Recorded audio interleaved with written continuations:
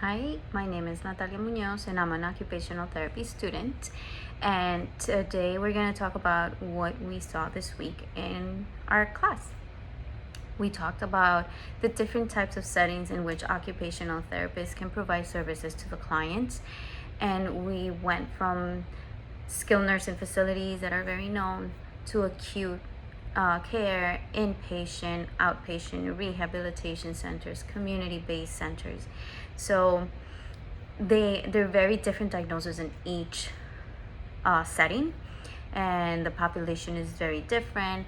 The time frames are different as well. It's not the same to treat a patient with a mild TBI compared to a patient with a severe TBI. So the setting will vary in the sense of the length of stay of the client.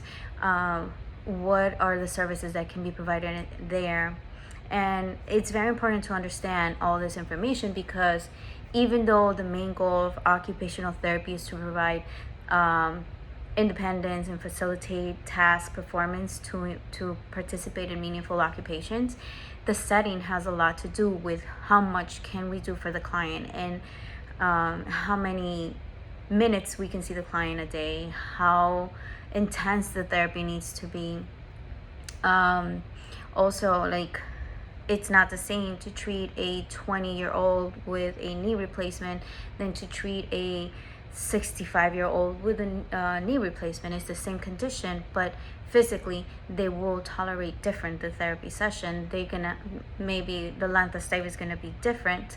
So the client, the diagnosis, the length of stay, the assessments that are used for each client are going to vary, and it's good to understand that the assessment and the setting are the same, but the client is unique.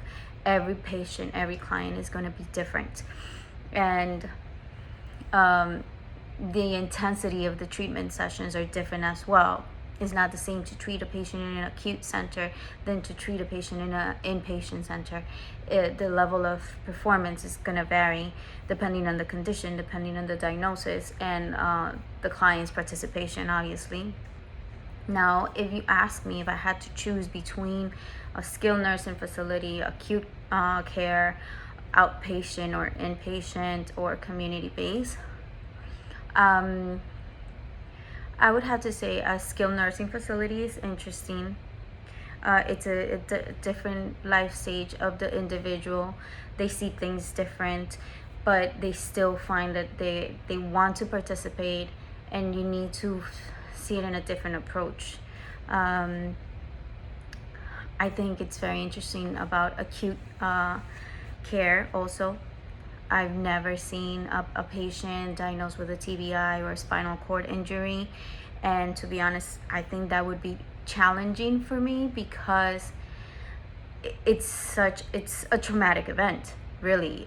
It's not something that they were born with, and a young person with a traumatic brain injury or stroke or spinal cord injury that was doing everything perfectly fine in the morning, and then something happened, and then the next day or whenever they come back, they realize that their life changed. They can't do the same things that they used to do before. They're not independent. They need to depend on others to do things. It will be challenging for me to not let my emotions be part of my treatment session, to keep always that mentality that I am here to help you, and I am here to help find ways as to how can we make you as independent as possible. So I think that would be challenging for me, being able to control that part of me that is going to have to see and understand that I'm there to help and I cannot let my emotions get involved. Now, in terms of evaluations for a skilled nursing facility or an inpatient, outpatient, FIM is very important because it's the functional independence measurement, and it's a standardized assessment. You're able to tell whether the patient needs a specific level of assistance, and you can document progress as you go. Barthel Index also, it targets ADLs, functional mobility for the client, and it's also standardized, and you can document progress as well. And then the Fugler Measure assessment, it's very thorough, and I think like it's good to use also because it targets pain, sensory, motor, fine motor, participations in ADLs and IADLs. So all of these assessments are standardized assessments, and the insurances want to see that. They want to see that you're able to document and justify the treatment sessions for occupational therapy.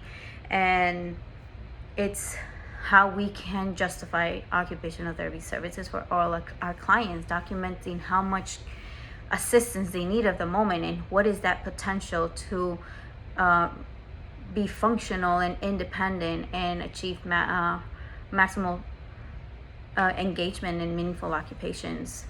So that's what we learned this week, and it was very interesting.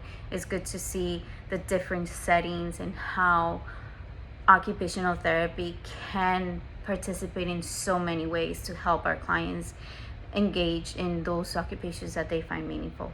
Thank you for joining me. Have a great day.